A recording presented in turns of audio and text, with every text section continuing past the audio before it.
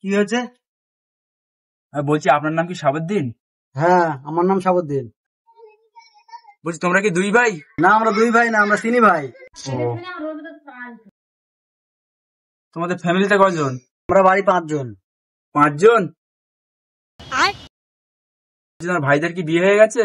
না, কারোর বিয়ে হয়নি। বলছি ঘর কার নামে? শালা মনে হয় ঘর ঢুকেছে। আমার কারোর নাম বললে হবে না, দাদার নাম বলতে হবে। দাদার নামে ঘর আছে। তা তোমার দাদার নাম কি? আমার দাদার নাম মকসেদ আলী।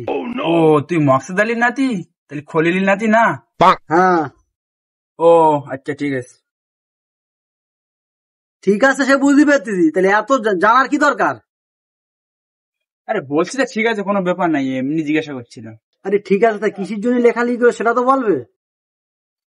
আরে বলছিলাম কি, আমার ব্রেকআপ হয়ে গেছে তো, সেই জন্য বাড়িতে বসে টাইম কাটছিল না, সেই জন্য বলে যাই একটু গ্রামে গিয়ে একটু টাইম পাস করি লেখালেখি করে, সেই জন্য আমার আশা টাইম পাস করার জন্য।